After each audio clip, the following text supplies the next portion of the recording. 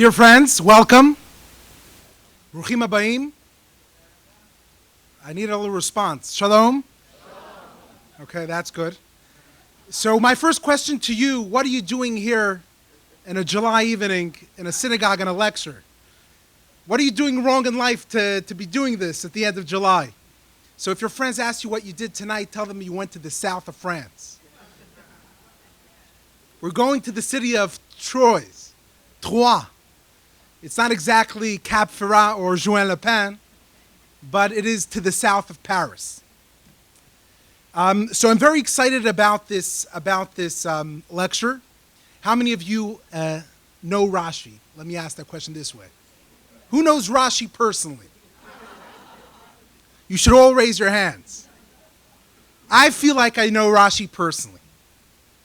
I want to dedicate this lecture to two special people. I want to dedicate it to my grandfather, whose yortzeit is 6 days apart from Rashi's yortzeit. Rashi passed away the 29th of Tammuz. My grandfather passed away the 23rd of Tammuz 8 years ago, who loved Rashi. I think the person that he hasn't met personally, from all the people he hasn't met personally, Rashi was his favorite person that he always spoke about and spoke to. And I want to dedicate it to my mother, who's here with me today, who taught me my first Rashi in first grade. And it means a lot for me that you're here, together with my grandmother and my siblings. Thank you so much for coming.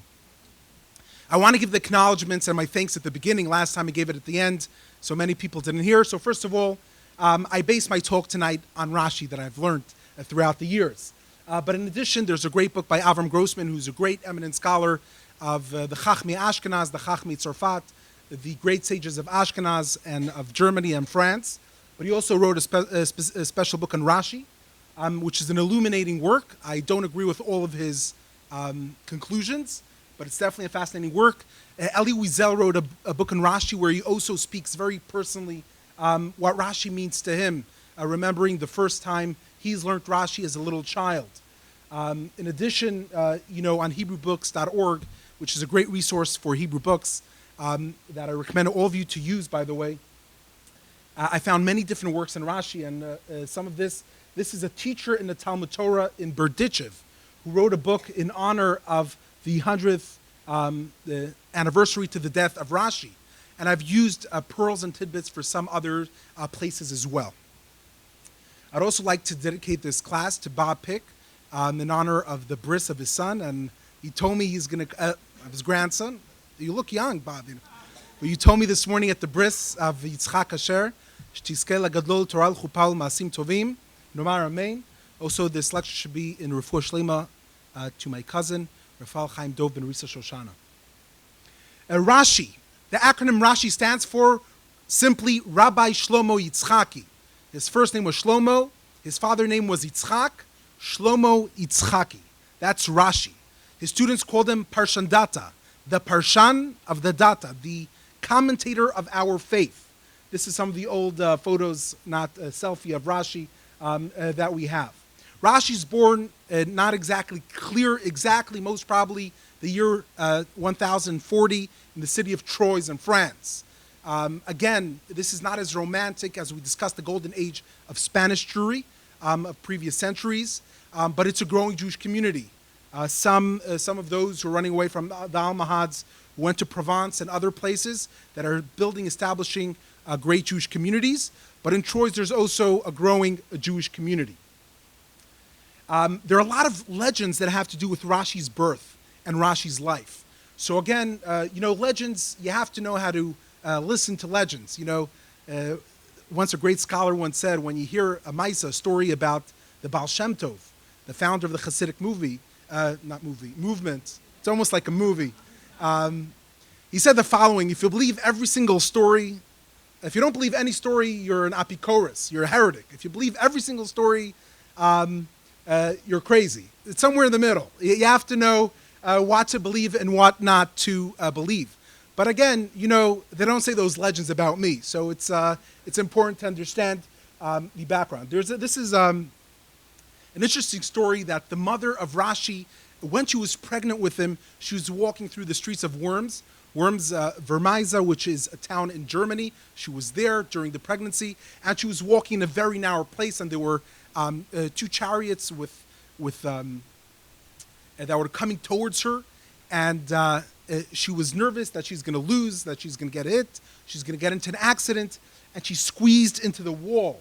And some say this miracle happened sort of in a way to protect Rashi, to make sure this special child is born.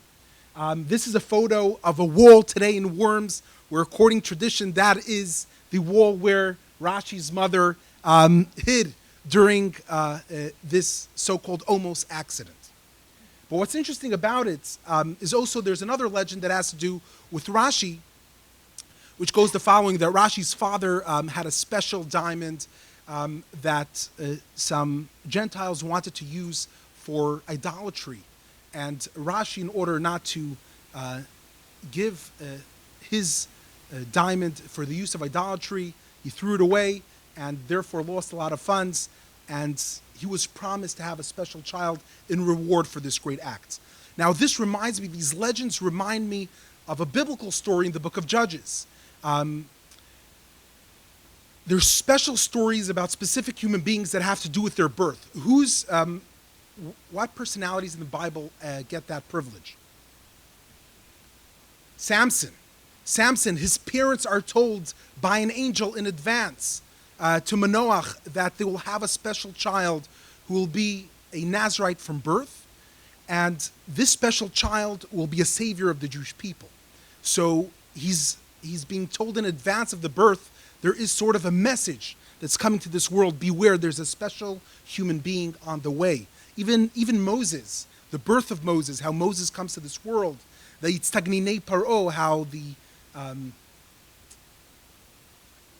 stargazers of Pharaoh, thanks Mom, how the stargazers of Pharaoh have seen that there will be a Jewish Redeemer, and therefore they said to throw all the children out to the Nile, so this Redeemer is not born, but this child is born, and he comes to this world.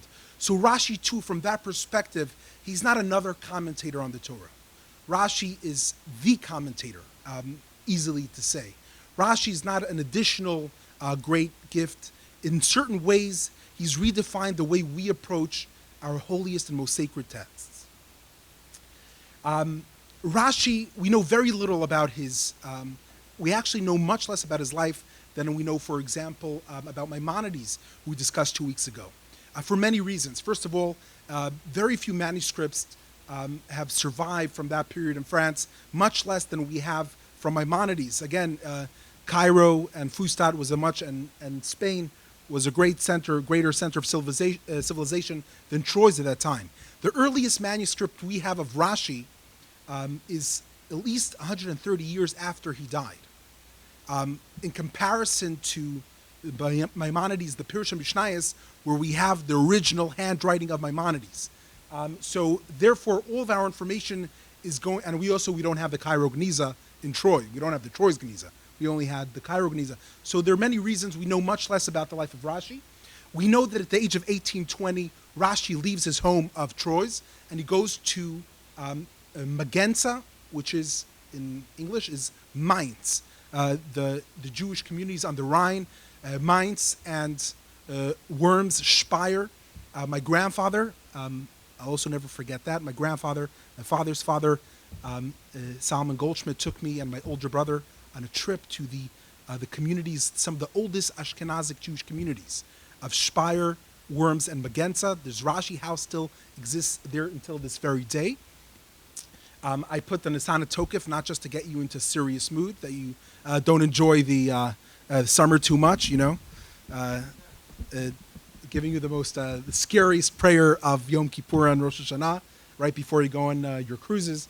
But the truth is, Nisana Tokef, written by Amnon Magenza, Amnon from Mainz.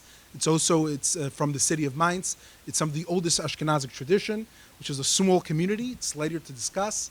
Part of the reason we have so many Ashkenazic sicknesses that we have to be aware of.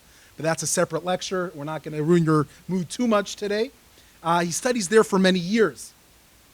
He studies, this is Vermeisa in Worms. This is so-called Rashi's house, Rashi Synagogue. It wasn't Rashi Synagogue. It was built many centuries after he died. But again, he has studied in the halls. They were of worms and Magenza. We'll hear later what happened to those communities. So by the way, I recommend to all of you, when you're next time in Germany, it's fascinating to go through those places. Some of the oldest mikvaot, the oldest mikvahs, is in the city of Speyer. Also fascinating to visit. Rashi, who's the founder of the father of Ashkenazic Jewry, of the Ashkenazic yeshivot, schools of thought, is Rabbeinu Gershom. Rabbeinu Gershom Me'or Golah, the light of the exile, that he was called. He's most famous for banning polygamy. You know, it's very interesting. There are people who know very little about Judaism, but the one thing they know, they tell me, Rabbi, I heard that the ban on polygamy is expiring. That's I'm not going to joke. The people who don't know how to hold a Sidur and a Chumash, but they come to, Rabbi, when is it expiring exactly? And I tell them, it's not expiring. Bad news. So then they're like, okay, I'm looking for another rabbi.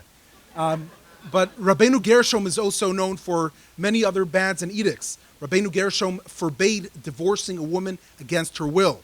Rabbeinu Gershom also made a cherem, also a ban against people who read other people's mail without their permission. That could be extended to emails as well. You know, you just at the end of your email, instead of attaching that long note, you know, the discretionary note, which doesn't help you anyways, just put a photo of Rabbeinu Gershom to scare people away. I guess some politicians could have used his help as well. Rabbeinu Gershom's student, one of his famous students who continues to lead the yeshiva, is Rabbi Yaakov ben Yakar, 990-1064. And Rashi immortalizes him as his teacher. You know, if you have one student like Rashi, you have made it. You could teach for 50 years in university and have one special student could really make it or break it. And Rashi refers to him, to his dear teacher, many times over his commentary. This is supposed to be his tombstone.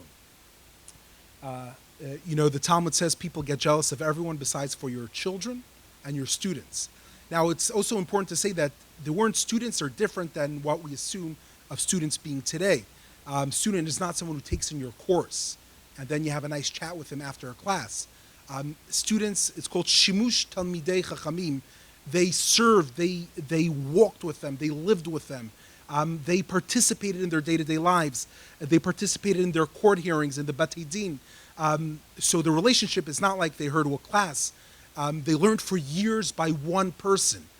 They learned the majority of their tractates of the Talmud from one person in one institution, which created a much stronger bond that people considered themselves their students, where you could say that I would know what my teacher would say in this specific case, even though I haven't heard what he has said. He also learned by Rav Yitzchak Halevi. It's not clear exactly how many years he learned in Worms or in Mainz, but we know that he learned in both places. What was Rashi's livelihood? Rashi writes about the difficulty of him supporting himself while he was a yeshiva student. He was working as well. He got married at a young age. And he writes about his difficulty, Rechaim b'tzavari, I'm chained, I'm working hard in order to support my family. Also interesting, there's a debate. The legend goes that Rashi was a winemaker, that he had vineyards. Other historians say that the climate in Troyes was not susceptible for that business. So there's still debate what exactly his livelihood was. But according to many opinions, he was a winemaker. I think there's a Rashi wine until this very day. His grandchildren do not get the brand benefits. The timeline. It's very difficult to create a timeline of Rashi's writings. Unlike Maimonides, where we know almost indefinitely what years he worked on his commentary on the Mishnah. He started when he was 23. What years he worked on 1166 to 1176, he works exclusively on the Mishnah Torah of the Rambam, that decade. With Rashi, it's much more difficult to say when he wrote his commentaries. So we're not going to be discussing that today. I got a comment after the last lecture on Maimonides. It says, Rabbi, you focus too much on their biography and less on their thought. I want you to focus on your thought. And that's a compliment, Rabbi. So sometimes I wonder how to take compliments like that. But the truth is, it's a very correct assessment. I feel biography, especially with people lived 1,000 years ago where there's not much material, it's much easier to give over in a class of 1 hour than in than someone's thought, who there's so much to discuss, and 1 hour sort of cannot do justice. But I will try to take this advice and try to learn about this great, amazing human being through some of his incredible writings. The first thing I want to discuss is simplicity and humility. That's what makes Rashi so special. Rashi is very simple. It's very, my grandfather also, I think one of the reasons he loved him, he was very much about the bottom line. Don't give him a 1 hour sermon, 3 words, 1 word, 1 sentence. And Rashi, the way his commentary is extremely simple, extremely accessible, but his humility is also very notable in his writings. He wrote, "Heaven forbid that I claim renown and make myself into a prominent tribunal. Who am I to claim? I, the poor and young one." He writes the orphan, the son of orphans. That's how he refers to himself when he speaks to sages of other cities, even though Rashi, by all respects, was definitely probably even then recognized as much greater of a scholar. I'll never forget, I was once, when I was, I don't know what grade it was, I was learning in Israel in Cheder. I would go there for a month or for 2 months. And one of the questions was, how does Rashi explain the following verse? And it wasn't clear because I didn't remember any explanation. And almost the entire class got it wrong. And only one child got it right. Rashi writes that he does not know what is the explanation. And I remember the teacher making a point after the test. He said, that was the most important question in the test. Is to learn, don't just learn what Rashi tells you. You could learn from his great humility. Rashi writes, when he doesn't know the explanation, he writes, I do not know. Lo yadati mao pirusho. I do not know what the explanation is.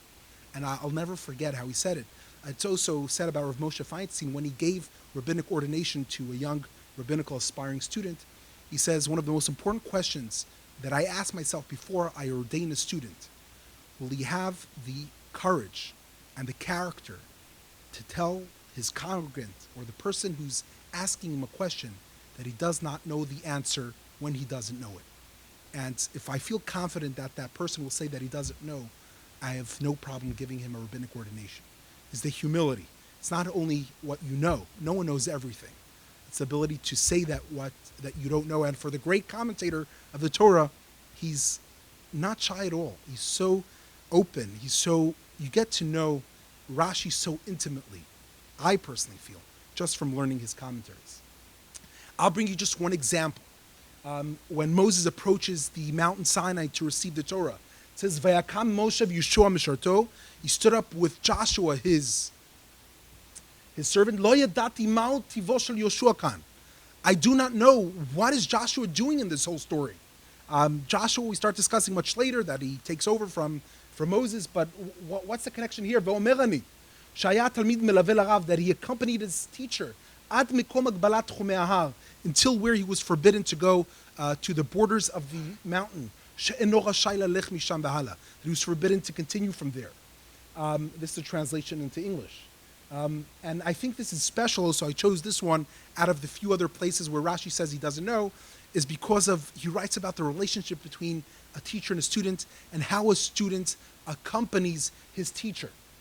Now, the reason Rashi also establishes, upon learning 10 years in Mainz and in Magenza and in Vermeiza, we'll use the Hebrew names of those cities, he also establishes a yeshiva in Troyes, and he has a very close relationship with his students. And many of his students continue his work, eventually become known, his children, his son-in-law's grandchildren, we'll talk about the daughters later, known as the Tosafists. One of his famous students is Shmaya, and he writes to him, just look at this humility. I, Solomon, who love you, inquire regarding your well-being. Shmaya, my brother. He calls his student his brother, and he inquires of his well-being. It's also, in Hebrew, it's a play of words. I, Shlomo, Doresh b'shlomecha, give you shalom, peace. So it's a beautiful letter he writes to his student. He continues that intimate relationship between teacher and student. And also, the oral transmission of Torah, it is literally oral because the less books you have, the more you rely. You can't just Google it. You can't download a class afterwards. I got 3 calls before the lecture. Rabbi, are you recording it? I can't make it, but could you send me the recording afterwards? You actually have to be with the teacher and to study. There's no other option, and that's a whole different level of, obviously, of studying. And now let's look about a little bit about the humility that Rashi so much emphasizes in his works. The famous verse in Ecclesiastes of King Solomon, Dor olech v'dor ba v'ha'aretz le'olam omedet. A generation comes and a generation goes, and the earth remains forever. And Rashi has a fascinating commentary. But who are those ones who cause the earth to endure? The humble and low, who bring themselves down to the ground. As the matter is stated, but the humble shall inherit the earth. It just shows you a little bit also someone who's not just preaching, but living by those ideals.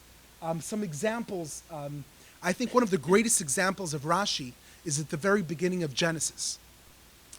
There's a verse that says, Na'aseh Adam, let's create man. And the question is, who is God telling to, let's create man? Who else is there? The angels. So does that mean the angels helped God create man? Did God create man alone? Is it a partnership? Is it a broker? What's happening over here?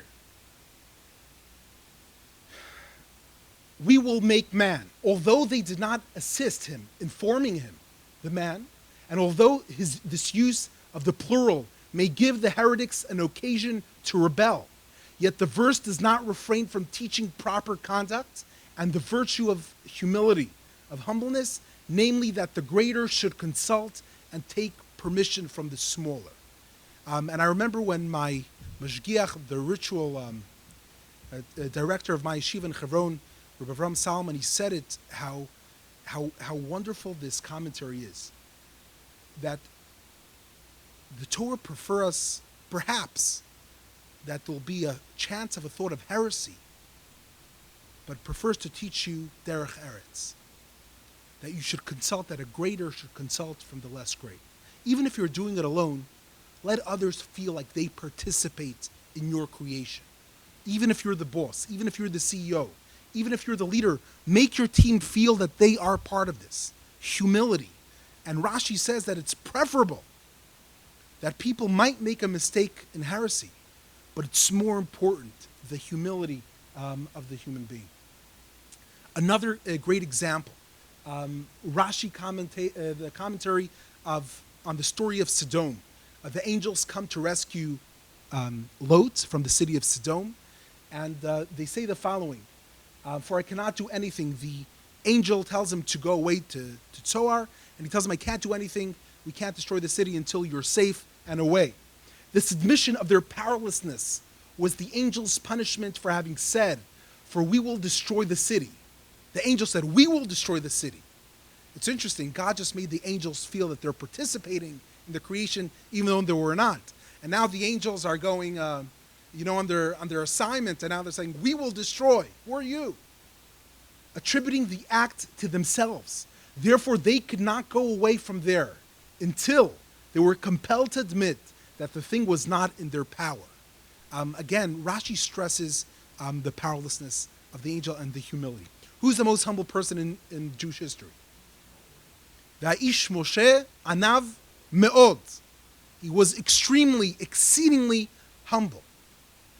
But and Rashi, who always, whenever there's a question, he always tries to defend our patriarchs and our heroes and the special forefathers and foremothers in the Bible.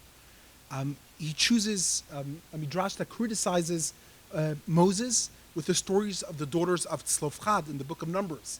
the 5 daughters, you know the story, who come to Moses, the first Jewish feminist alliance, and they come to Moses and demand to get an inheritance in the land of Israel, even though their father did not have any sons.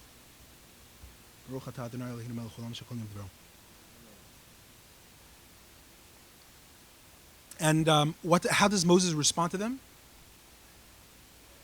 He says, I don't know, I need to ask God. Again, I don't know. What is Rashi going to say? Listen to this. Vayakrev Moshe et mishpatan lifnei Hashem. Moses brought their question to God. And Rashi writes, the law on this subject escaped him. He quotes the Talmud in Sanhedrin. Here he received punishment because he had assumed a crown. He had set himself up as a supreme judge by saying, and the cause that is too hard for you, you shall bring to me. So again, the way this, you're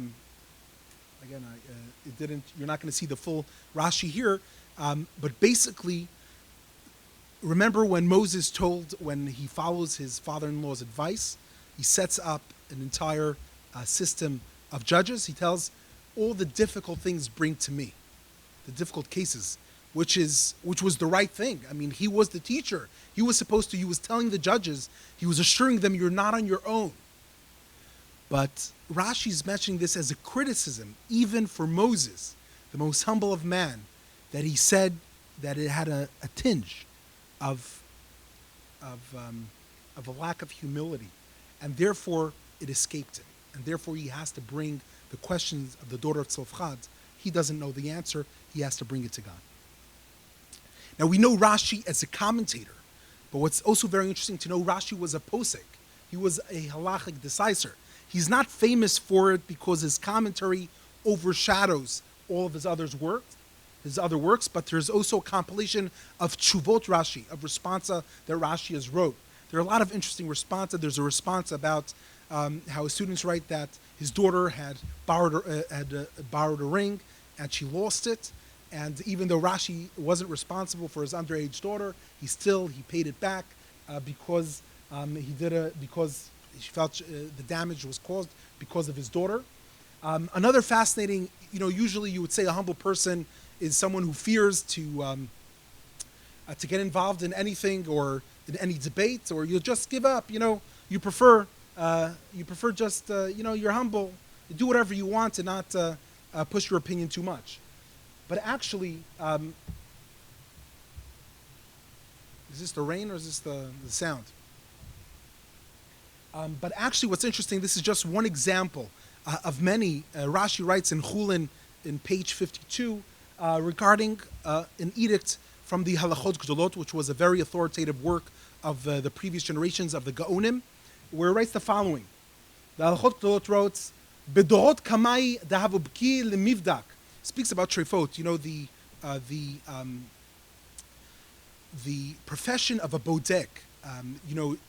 The Jewish slaughter is some of the complexity is because kosher meat has to be healthy meat. It has to come from a healthy animal. An animal that will probably not live for much longer is considered a non-kosher animal for our consumption. Therefore, it's not enough just to slaughter it properly. After the animal is slaughtered, there's b'dikot. You have to check b'dikot re'al. You check the lungs to see if this animal was a healthy animal, and it's a very complicated. What? Excellent procedure. Let's call it a procedure. We have a lot of doctors here.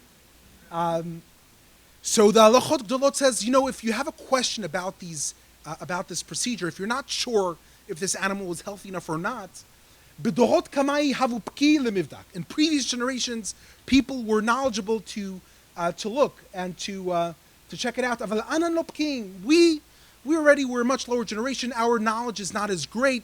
Therefore, whenever you have a question, you should velo samchinan anafshin. We do not rely on ourselves, and therefore you should be stringent whenever you have a question. And Rashi attacks this very powerfully. Every judge has only what he has, what he could see in front of him. And he quotes his commentary that he writes on Deuteronomy. You know what I love? People always say, the rabbi, when I grew up, he was a great rabbi. Today's rabbis, I'm telling you, these rabbis are not good rabbis. I hear that. I hear that all. Hey, these young rabbis, they think they understand that. I remember Esther. But the truth is, we do believe Yeridat Dorot, a descent of generations. But Rashi says you can't say, oh, people of dead rabbis. My rabbi died, what makes the Lubavitch Rebbe so popular, he can't tell you what to do. He's dead. The Rav Nachman of Breslov, go find him in Uman, he can't tell you what to do. A rabbi who's alive, he could tell you, this is good, this is right, this is kosher, this is treif. But he says, only a judge who is at your time. And therefore, obviously, you could rule leniently, and you don't always have to be stringent.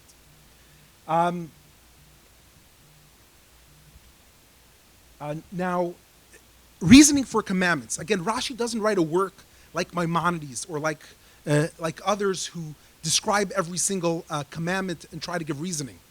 Rashi is he's a pedagogue and a commentator. He doesn't do, in a way, some of those who study Rashi, so he's not organized, he's not, the structure doesn't bother Rashi as much. As Rashi always says, whenever you have a question about the chronology in the Torah, he says, Ein mukdam u'muchar b'Torah, there's no early and late in the Torah. But Rashi, in a few places, it does give you reasoning for commandments, even though they may not be complete reasons. He doesn't discuss the question in full, in its entirety. But I think a commentary he gives on the Song of Songs is very appropriate to understand his attitude towards it. Ani le dodi li ve'ani lo. I am to my beloved, and my beloved is to me. My beloved is mine, and I am his. He demanded all his needs from me. He commanded only me to make the Passover sacrifice, sanctify the firstborn, make a tabernacle, sacrifice burnt offerings, and he did not demand those things of any other nation. Dani lo, and I am his. All my needs I request of him and not of other gods. Again, for Rashi, in a way, God demands, so we do commandments, we do those commandments. He's less philosophical about them. He's not bothered of finding an explanation for every single mitzvah. It's about the special relationship of HaKadosh Baruch Hu and the Jewish people, of God and his nation. And therefore, it's this relationship. You do everything for your beloved. You don't ask questions. Your wife asks you to do something, you learn. You don't ask, you just do it. You're not a philosopher. To prove an intimate relationship is when you do something even when you don't understand it. And I've learned it the hard way. Okay? To compare a little bit Rashi and Maimonides. Very different in personalities. And even though Maimonides is born approximately 33 years after Rashi dies, he does not refer openly to Rashi. But they're extremely different.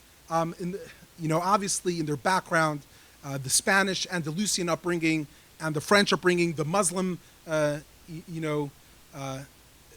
Muslim background, which was great advancements in science and technology compared to ancient France and Germany, which was way behind. And it's extremely different, lived in different societies and different backgrounds. One of the differences, I feel very much like Maimonides and Rashi found two opposite solutions for the same problem. What's the problem? The problem is the Talmud, the oral Torah, is not accessible for the majority of Jews. The oral Torah, first of all, it's written in Aramaic.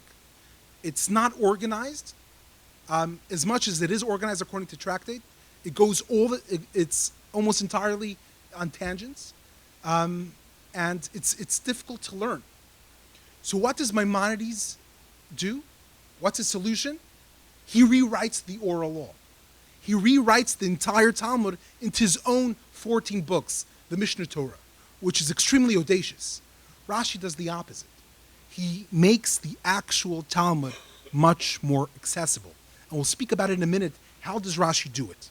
In addition, one of the great differences between Rashi and Maimonides, if you look at the first Rashi in the Torah, and you look at the first Maimonides on the Torah, you're not going to be able to see how more different they are. Do you remember from the last lecture what was the first Maimonides in Mishnah Torah? Excellent, Dr. Reich. I don't know if you remember from the lecture or because you always knew it on your own. The first Rashi is Yesoda Yesodot. He speaks about the existence of God. Maimonides says, before we start talking about laws, what is God? Why do we believe in God? What is the proof of God's existence? In very basic, how do we define God to ourselves? Now, how does Rashi write, what's the first verse in the Torah? Bereshit, Bara, Elokim, in the beginning God has created the heaven and earth. So what do you might think? Is Rashi going to start talking about creation as Maimonides does? Completely opposite. Amar Rabbi Yitschak. Maimonides says, his first commentary on the Torah, really we shouldn't have started here. This is just, excellent. I'm just making sure you're not sleeping. Excellent. Thank you very much. I know 3 people are awake. That's great. Rashi says, the truth is we didn't have to start here. This whole thing is really by chance. We could have started from the middle of the book of Exodus, the first commandment to the Jewish people. So what is all this background information? And Rashi had also an extremely passionate relationship to the land of Israel. He writes, Matam patach bebereshit, Yisrael koach ma'asav yigid la'amor latet lem nachalat goyim. If the nations of the world are going to say, who said the land of Israel is yours? You claim that this is your land? What is your proof? Koach ma'asav yigid la'amor. This world has a creator. This creator has a set of laws, and he has given us this land. Which in many ways, we're not going to have a chance to speak about Rashi's worldview about Jews and Gentiles, which is also fascinating. But he writes, in a way, he writes that he's not busy with the actual Big Bang of creation. He's not, the actual science is less bothersome to Rashi than it is to Maimonides. It's a completely different outlook. And I think that's very much, it's very much shown in the first Rashi. So this is the first Rashi. Because of the thought expressed in the text, he declared to his people the strength of his works. Rashi is a pedagogue, as a teacher. This is actually a statue of Rashi in the city of Troyes in France. It was not designed by Rashi. It looks like much more like modern art. It has the 3 letters that build his name, Resh, Shin, and Yud. This is a great quote from Pascal. If I had more time, I would have written a shorter letter. And when you learn Rashi, it seems simple. Rashi is so simple, but the brilliance of Rashi to say something in 1 word, or in 3 words, or in 1 sentence, when other commentators use an entire stanza to say it. Henry Hirsch once said that if a rabbi can't deliver a sermon in 12 minutes, he'll never be able to deliver his idea. If he can't deliver it shortly, you'll never be able to explain it. Rashi's brilliance is in his simplicity and in his concise letters. Rashi, in order to assist us, the student who's learning this amazing work, he also has drawings, and this is a drawing attributed to Rashi. Again, it's probably copied by a student of Rashi from Rashi's drawing, and Rashi has a drawing of the land of Israel and where different places and locales were. Could just ask to turn off the phone. Rashi has a direct connection. No need for old French words. Lutzir Belaz. He always will give an explanation of how to say it in ancient French. It's great music. If you don't mind just turning it off, thanks. Rashi wants, it's interesting, Maimonides writes a whole commentary on the Mishnah in Arabic. Rashi writes in Hebrew, but with difficult words, he will translate it into ancient French. Actually, there's very little left today that we know about ancient French, and there are people who study especially Rashi's words of ancient French. This is something that's not so known about Rashi. We know Ben Yehuda, the one who revived the Hebrew language. According to Avineri, Rashi creates or brings new meaning to 1,300 new Hebrew words. And just some of the examples, I didn't agree with all of his examples because I think there are examples before. But for example, she'ifa, aspiration. He believes that Rashi is the one who actually introduced this word. Yahadut, you have Yehudi, but Yahadut is Judaism. That's a word of Rashi. Tamua, Rashi uses this a lot. It's surprising. Parshan, an interpreter. He introduced some words that were existent before, but he introduced new forms for the same word. Rashi's vocabulary and Rashi's dikduk, study of the Hebrew language, is also unparalleled. Another fascinating thing, what's very special about Rashi gives you the sense that he is with you. It's incredible. No other commentator is able to do it as well as he is. For example, let's say any one of you, let's say Roman, you're studying the Mishnah, and there's a question that you have, what's the explanation of something specific in this Mishnah? Rashi says, B'gemara mefarshla. Don't worry, Roman. The Talmud later on will explain it. B'gemara parichla. The Talmud will ask this question. He understands what's bothering you, but he also knows, the ability to learn it's very important. The ability to put a question on pause. Someone comes to me, Rabbi, I have one question in Judaism, and therefore I don't want to practice any Judaism. And then I answer this question, and they're like, okay, now we could start, but you lost 30 years in between. Just because you have a question doesn't mean you stop learning. You have to be able to put a question on hold and continue studying. Rashi does this all the time. He says, this question will be addressed later, not now. Hold on. By the way, we're going to have a quick Q&A afterwards, later, not now as well. Another incredible thing is when Rashi says klomar, a very popular word in Rashi, especially in the Talmud, so to say, that is to say, where Rashi, unlike his grandchildren, the Tosafists, would start ve'im tomar, a question, an answer, a question, an answer, a proof. Rashi doesn't do Q&A. Rashi, in a short, concise commentator, he already answers the question. They said that two candidates came to be lead the yeshiva of Volozhin. And I'll omit the names, but one candidate came and he gave a fiery talk. And all the top students of the yeshiva asked him very difficult questions, and he answered every single one of the questions. And they thought that this is the greatest teacher. He answered every single amazing question. And then the second candidate came, and he gave such a clear talk that no one had any questions at the end. Rashi is the second type. He avoids the questions by answering them before you have a chance to ask them. Very often, just for example, Rashi will deal with the bigger questions of how come Jacob stole the blessings from Esau. Is that good or bad? Are you allowed to steal? Not all of you are sure. Depends what? A blessing. So Rashi, in different points, he will give pointers to why. He's not going to discuss how did Jacob do it. He will explain in different places throughout the story how come this is not so difficult. You say that Yitzchak, his father, was blinded, that this was meant from God, and that Rebecca was the one his mother instructed him to do so. B'mirma, the Torah says that he's done it, b'mirma, which the simple translation means deceptive. And my grandfather would always point to this Rashi, b'mirma b'chachma, with wisdom. It doesn't mean deception. Rashi quotes his friend, the Onkelos, as a translation to explain that really Jacob did a proper thing. Then also Rashi just puts a period. Anochi Esav bechorecha. How could, when Isaac asks him, who are you? He says, I am Esav, your firstborn. Rashi says, don't worry, that's not a problem. He's not lying. Anochi, it's me. Period. Esav is your firstborn.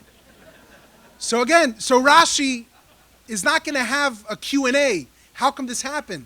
But if you follow with Rashi, the same way Rashi follows you as you learn the Torah, you will hear answers to many of your questions.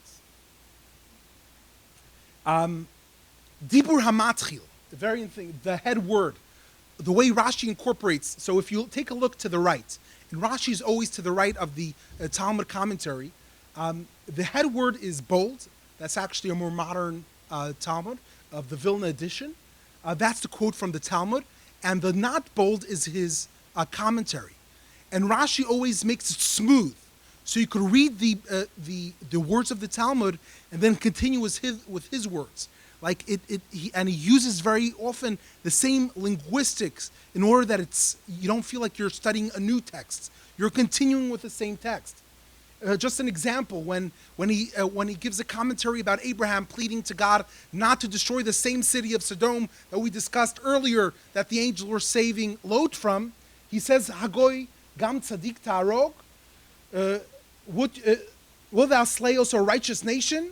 And then Rashi says, even though it be righteous, will you slay it? And he's used the same word so you could smoothly continue on your journey in understanding the words. Rashi, unlike Maimonides, has no introductions.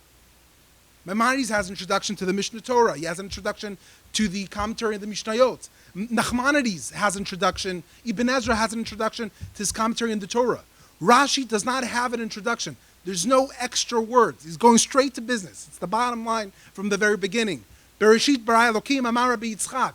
God created the world. Rabbi Yitzchak said that it should have started from Holiest Ahem, which is also fascinating. He brings you straight into the text. It's never about Rashi. It's about the Torah. It's about the Talmud.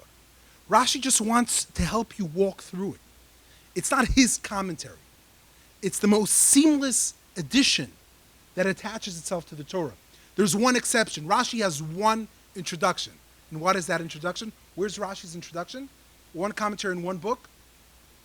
The Song of Songs. The Song of Songs is the only place where Rashi has an introduction before he has a commentary in the first pasuk. Because Rashi does something that's unusual, he does not explain the simple explanation of the Shir Shirim, of the Song of Songs, which is a love song between a lover and of two lovers. Rashi explains that it's the relationship between God and the Jewish people, and he speaks about his own troubles of the Crusades, which we'll get to in a second. Another fascinating thing about Rashi is when Rashi writes a commentary about the ephod, about the 8 garments of the high priest, one of the garments was the ephod.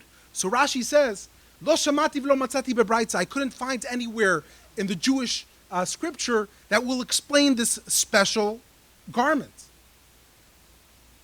And then he says, he says an explanation, Shechogrot, look at this. I have not heard tradition, nor have I found in the Braitza or any description of its shape. But my own mind tells me that it is tied to behind him. Its breadth was the same as the breadth of a man's back, like a kind of apron, which ladies of rank tie on when they ride on horseback. So this is not a person who's completely isolated from his world. He's telling the student, like the great woman of Troy, when they ride on their horseback, he's able to take his seeing of what he sees when he walks through the streets of Troy and being able to explain the most holiest garments of the high priest. Now Rashi is a pedagogue, as a teacher to us, as a commentator. Rashi is a commentator. There's no extra word. Every time there's an additional word in the Torah, Rashi is going to try to explain, why does this world exist? Why does this word? It says that Jethro went to Moses to the wilderness. Why does it have to say that Jethro went to the wilderness? He says to say that, but it's stressing, the scripture stressing that in praise of Jethro, that he was living amidst the splendor of the world could provide, and nevertheless his heart prompted him to go forth into the desert. Every world is going to have an explanation, and there are numerous other examples. Now, I haven't counted, but according to Grossman, 75% of Rashi's commentary on the Torah is quotes from other midrashim and gemarot and the Talmud. So you're going to say, so what is Rashi's commentator? Rashi is not an aggregator of midrashim. There will be 100 midrashim, but he chose a specific midrash for this verse, which makes it very important. And I think this I thought was very powerful. The 5 times Rashi quotes other midrashim. Number 1, to resolve a difficulty in the wording. Number 2, to explain purpose of seemingly superfluous words. Number 3, to identify anonymous people and places. For example, it says there were 2 Jews fighting, and Moses told, why are you hitting your Jew? You know that in Exodus? Who are those 2 Jews? The Torah doesn't say. Rashi comes in, he's going to use a midrash. It's Datan v'Aviram. To broaden the narrative of the background, to give you more of an explanation of what's happening here, or for pedagogical purposes, to teach you a virtue or something that's important. Rashi, this is a stamp that was made in Israel with a very important quote from Rashi in Genesis 3:8. Yesh midrashei agada rabim. There are many midrashim This is one of the few places where Rashi actually tells you what is his system, his modus operandi, his technique of as a commentator. And Nechama Leibowitz, who's also one of the greatest commentators of Rashi, she explains this. She stresses this very much. Yesh midrashei agada rabim kvar sidrum. Rashi says there are many books of midrashim. And he writes, Lo bati ela lepshuto shel mikra. I just come to explain the simple understanding of the words. Hameshevet divrei mikra davar davar al ofanav. To explain every single verse as I can. And Nechama Leibowitz also stresses Rashi is not a collector. Rashi chooses specific materials, specific teachings to open our eyes to the verses of the Torah. The Ibn Ezra, a great Spanish commentator, criticizes Rashi. And he writes, thus the drash, he says, Rashi claims to be a simplifier, a pshat, but really he makes it much more complicated. It's drash. The following generations made every drash essential and crucial, as Rav Shlomo. Who's Rav Shlomo? That's Rashi. So that the Tanakh was explained by the way of drash, though he was under the impression that this is the way of pshat. Rashi thinks he's pshat, but he really is drash. In his writings, one will find only one pshat out of 1,000. He's criticizing. You think you're simple, you're complicating it. You're saying the drash. It's deeper. You're explaining the deeper explanation, not the simple explanation. 1 of 1,000 is maybe simple. Yet the sages of our generation boast of this book. He acknowledges that he's in a minority. Rashi is already very quickly spreading throughout the entire Jewish world. The daughters of Rashi. A lot of legends about the daughter. Rashi did not have sons. We know very little about his family. Rashi quotes his father Rabbi Yitzchak only one time in all of his works. We do not know his mother's name. But Rashi had perhaps 3, maybe 4 daughters. 2 of them married extremely great scholars, the Rivan, and they had a lot of grandchildren who became great Tosafists. The legend about them putting on tefillin, there are a lot of books written about it, but again, there's very little known sources about what actually was with the daughters of Rashi. The legend says that he taught them Torah, he didn't have children, he didn't have sons, so he taught them. And Grossman puts a lot of emphasis saying how Rashi is extremely, in a way, groundbreaking in terms of his interpretation of role of woman in the Bible and in Jewish thought. And he brings enormous amounts of example. I'll just bring 3 examples to share with you today. The creation of the woman. How many of you know that story? Raise your hand. How was a woman created? What? You know, the joke goes that God told Adam, ask me any wish you want. He says, I want to be 1,000 times smarter. So God said, okay, I'll create a woman. But the famous story in Genesis has God puts Adam to sleep and he takes a rib. So the Talmud actually in Eruvin has a discussion in page 18. There are multiple opinions of what exactly does that mean. One opinion is that it's literally a rib. One opinion that it was a tail. And one opinion is that it was originally Adam was created with 2-faced and it was like Siamese twins that were split after a surgical procedure. But again, the concept of this Midrash Haggadah could also tell you exactly, you might think, Rashi makes it his business to say that the word means the sides, that a man and woman were, so to say, created together, but they were separated later on. The tzela, like the side of the Mishkan, the same word tzela is used.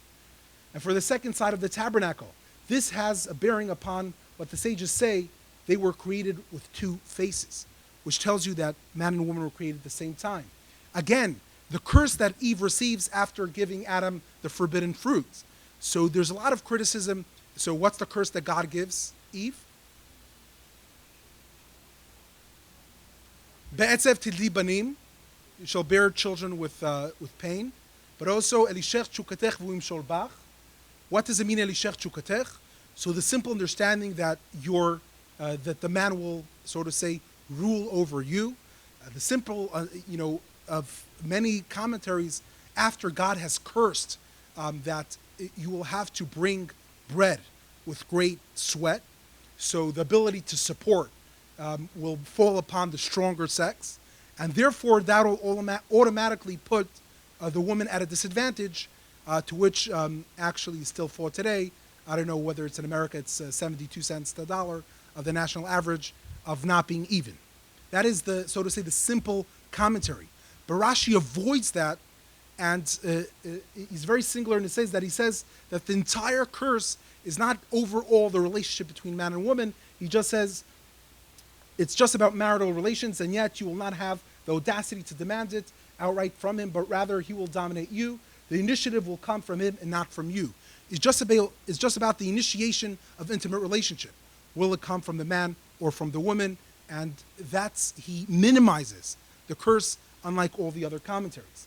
Another example is from the Chuubo Trashy about a divorce. There was a man who claimed that a woman he married had a blemish on her face, and she fooled him with cosmetics. And therefore he felt he has a right to say that the wedding is null and not valid, since his wife had this blemish on her face that she hid from him. Therefore, I don't have to give her the ketubah, the financial obligations, if you want to divorce your wife. So first of all, Rashi, upon proving that it's bogus, this whole claim, says you have to pay the ketubah, but he doesn't just give a halachic ruling. He gets emotional and he gets very involved in this psak. He says, and the man showed his actions to be wicked, showing himself not to be the seed of Abraham our father, whose way was to act mercifully to all people, and certainly to his own flesh, with whom he had entered into a covenant, that is his wife. For if he had tried to draw her near, and he had tried to distance her, he would have been taken by her grace. And how fortunate he would have been had he been privileged to gain her, and though her to acquire the life of the world to come. By having a great relationship with the wife, that gives you a ticket in the world to come, which is a very fascinating tshuva. And it is harsh on the house of our Father in heaven when one bears witness against the wife of his youth. So again, he doesn't give you a legal, just technical answer. Yes, he's obligated to give the ketubah because he knew of that blemish before, and he's making it up that this was sort of, say, a new blemish. He proved him wrong. He says how disgusted he personally is from this man. So he brings many more examples of how different, how unique Rashi was in that perspective as well. Rashi's best friend on the pages of the Torah is Onkelos, the translator. And according to the Shulchan Aruch and the Tur, the great tradition of reciting every week twice the Parsha and once the translation of Onkelos, one could do Rashi instead of Onkelos. It became, even though it's a commentary, it became almost like part of the text, like the translation. Rashi script. So I'll tell you something that might break your hearts. Rashi never knew or saw Rashi script in his life. Rashi script was a Spanish, Jewish font of writing Hebrew, which was used by the first print. Now this is important to know. Rashi's commentary on the Bible was the first book printed in Hebrew, period, in 1470. The first Hebrew book ever printed, one of the first books in history, was the commentary of Rashi, the Bible, just as important in historical perspective, in 1470. And the printers, actually the majority of those printers were not Jewish. One of them was Bomberg, who sold his Talmud for $10.9 million. At a wedding, I was talking to someone, and that happened to have been the person who bought the Talmud. I asked him, do you mind if we learn together? I'd love to learn. He said no. Okay? But the reason that they used the script was in order to differentiate. When you have many texts on one page, if you have a different font, it's going to be easier for the learner to study. Actually, one of the benefits of being the Prime Minister of Israel is when you meet Vladimir Putin, he gifted Bibi Netanyahu one of the books of the first print of the Torah with Rashi. Rashi's grandson, Rashi builds a dynasty like no one else, both his family and students. They include the Rivan, the Rashbam, Rabbeinu Tam, and many others. And there's, just an example between disputes between him and his grandchildren. The other side of the Talmud will be taken by his grandchildren, the Tosafists, and they will question Rashi's opinion, and they will sometimes prove him wrong, and they will sometimes debate him on many, many questions throughout the entire Talmud. And one of those things, his grandson debated him according how to properly, prepare the tefillin. So this is the tefillin for the head. How many compartments are in the tefillin? 4. So we have Kadesh Vayaki Yevecha Shema Vayayim Shemoah. Those are the 4 different paragraphs that are inside the tefillin. There's a debate, what is the proper order of those parchments? And this also, thanks Dr. Adam Skolnick, debates how to place, this mezuzah is vertical or horizontal. It's neither. It's slanted. Why is the mezuzah slanted? Because the first rabbi put a mezuzah, couldn't put it straight? Again, there's a debate. In Menachot 33, what's the most proper, respectful way to have the mezuzah? Rashi says vertical. Rabbeinu Tam, his grandson says no. The luchot in the tabernacle were horizontal. You should place it horizontal. A few centuries later, the Torah and the Shulchan Aruch established as a compromise. It will be slanted. My father said a Jewish home is a compromise. Horizontal, vertical. There has to be the middle way. When you walk into your home, look at the mezuzah, and then you know that you got to bend a little bit in order to make it work. Hopefully. Something that impacts the end of Rashi's life is the massacre of the first Crusades in the Rhineland, known as Gzerot Tatnav. We just recited Kinot on Tisha B'Av of the massacres that happened to the Jews of Mainz and Worms. Many of Rashi's personal friends were affected by these Crusades. The Crusades went on a mission to the Holy Land, and then they're thinking, hey, why wait to do the mitzvah in Israel? You could do the mitzvah of killing Jews right over here. We got our local Jews. And they started massacring, and horrible what happened there. It strongly affected Rashi. According to the Maharshal, Rabbi Shlomo Luria, it was born in 1510, the following piyut. Rashi was also a paitani, was also a composer, was composed by Rashi because of the massacres of the Crusades. Titnem lecherpa leklala uleshama. He speaks about God degrading them. Tashmidem becherev. Tirdefem befarech lemashchit evat olam umastima. Terik achrem cherev lo techaye kol neshama. Don't leave anyone alive, which is basically a song of revenge and asking God to give retribution for what has happened. Some historians who doubt that it was written by Rashi, but the Maharshal held, and Maharshal was a descendant of Rashi, and he held this was from Rashi.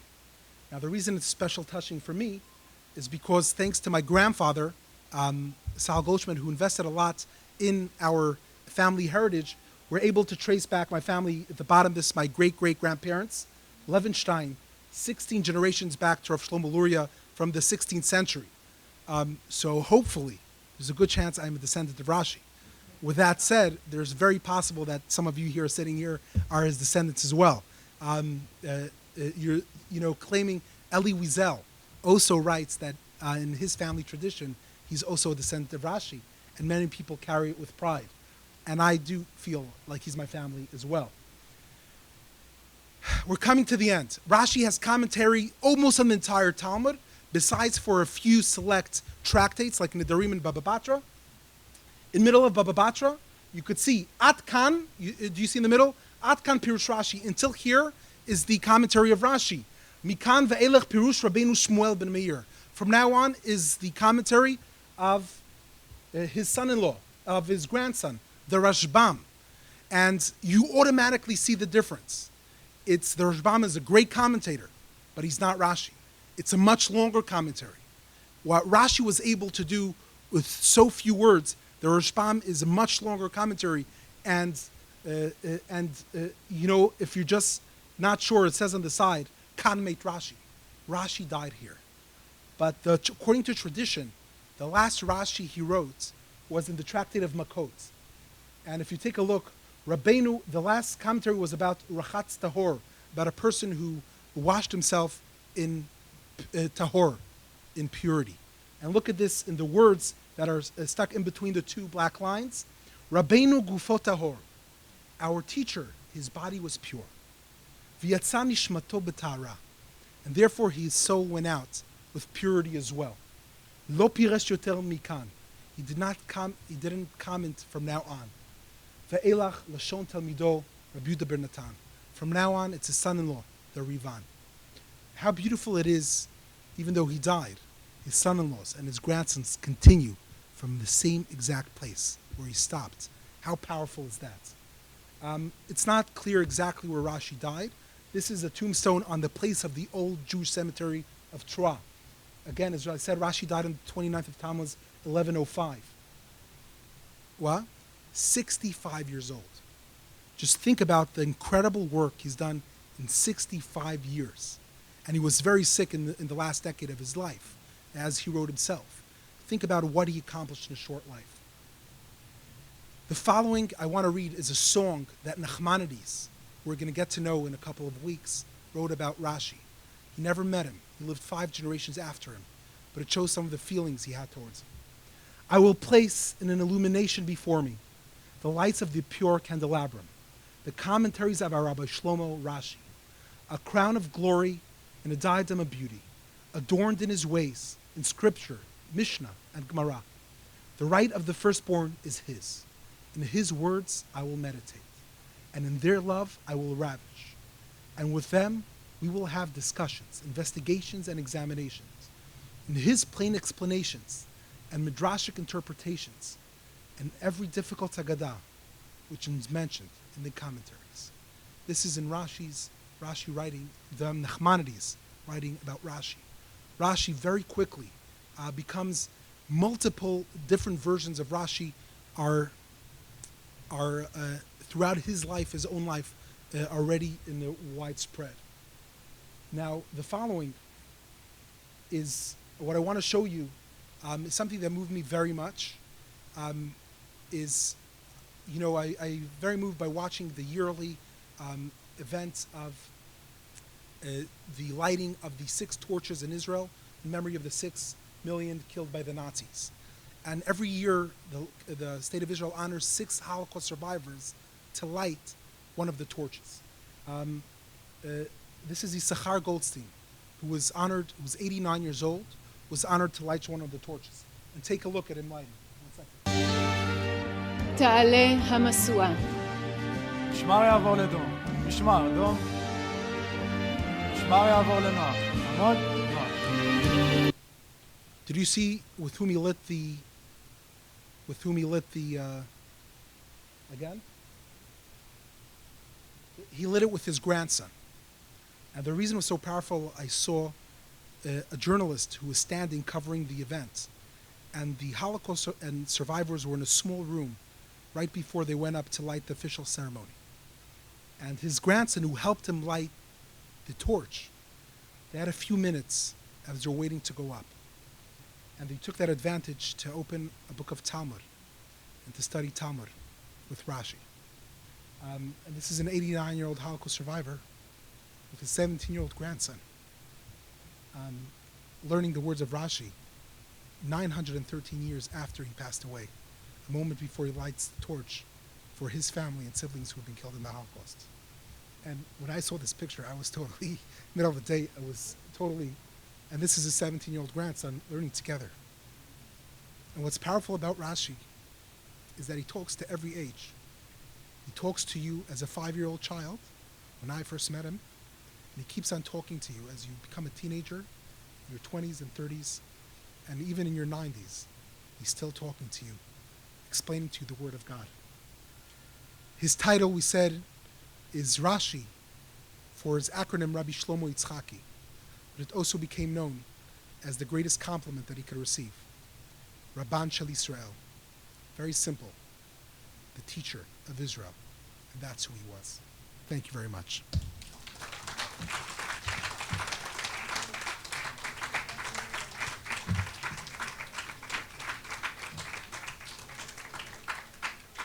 Any questions? Any questions? Just because I said that it's better not to have questions doesn't mean, yeah. Yes. I had a question. Under they commemorated in Israel the stamp. Yes. I didn't hear what was said under the stamp. No, it quoted Rashi's explanation that he didn't just aggregate midrashim. It's one of the few times Rashi actually explains in what way what's his system of commentary. Uh-huh. Yes, Ronnie. Who was greater, Rashi or Maimonides? Who's greater? I'm definitely not great enough to answer that question. That's for sure. It's very difficult to compare. They're very different. Both of their contributions are immeasurable to Jewish learning. Rashi is introduced much earlier than Maimonides to children. Rashi is probably after Abraham, Isaac, Jacob, Sarah, Rebecca, Rachel, Leah, Moses, Aaron, King David, King Solomon. Rashi's probably one of the first 10 people. He's thousands of years later. What? But Rashi's one of the first people that you get to know when you start studying anything about Judaism. And his commentator, I don't think today there's almost any chumashim. There's not one synagogue that doesn't have Rashi's commentary, and almost not one synagogue that doesn't have Maimonides. But Rashi's definitely, because I think he worked with the texts and didn't create his own, he had wider dissemination from that perspective, and definitely came into wider use. But again, it's very different contributions, but I'm definitely not great enough to answer that question. I want to learn both. Yes, Howard. Rashi was so great. Isn't it a sign of disrespect to him that his grandchildren would contradict some of his things? Just taking the tefillin as an example. I think that's a greater respect, that his grandchildren are learning. I could sign you a document today. If you promise me that my grandchildren are going to read my sermons and disagree with them and study Torah, I'll sign that document today, even if they disagree with every single one of my sermons. I think the greatest compliment is they continue his work. They continued the establishment. He raised the whole bar of the scholarship. He started a new age of the French Jewish scholarship. Centuries, 200-300 years of his progeny continued incredible work of the Tosafists. I see now they're different tunes on different cell phones. So it's not the same person. That's good news. But I definitely think in Judaism, disagreements are welcome as long as they're done with respect. To answer that question, I'd like Yes, to Susan. quote The King and I. There's a song by your students who will be taught. I love it. We're going straight from Rashi to the King and I. And as a former teacher, I have to admit, the students taught me plenty. So it's not an insight. 100%. The Talmud's one of my favorite teaching of the Talmud. I learned a lot from my teachers, even more from my friends, but most of all, from my teachers, I learned more than anyone else. From my students. Thank you, Dr. Michael Resch. Celia, yes. The most shocking thing tonight was that after 12 years in the yeshiva, that wasn't Rashi, it was blamed Rashi for that difficulty of learning how to read his script. It's not his fault. Rashi probably didn't even know it. He probably never. Is it Spanish? What? No, he wrote it in Hebrew in the regular format. Yeah, or it's handwritten. I mean, kitvei yad. Yeah. Any other questions? One more question, Dr. Siegel. You threw a lot at us, and you piqued our interest enough so that we would want to go and learn more about the differences between fathers as well as the men themselves. We appreciate the fact that you knew that much about us. Thank you so much, Dr. Siegel. Thank you so much. Elliot, yes. Is the Rashi script used anywhere at all? It arose out of this party. Is it used in any kind of Latino writing? Is it used in any kind of... So today it's widely used for commentators. In a way, yeshiva students, it's like a preferable font. Like it's like a professional font. Like you're not a beginner. You're a pro. But I don't know enough about the history of that font to tell you where it was exactly used in the Spanish Jewry. But it's still used till this very day. It's still used in our Chumash. Correct. I got a wedding invitation written in that script. You got a wedding, Warren. It's a pleasure. Okay, so it's important. Listen, if you want to know where to go for the wedding, you got to know Rashi as well. Any other one more question? No more questions? Thank you very much.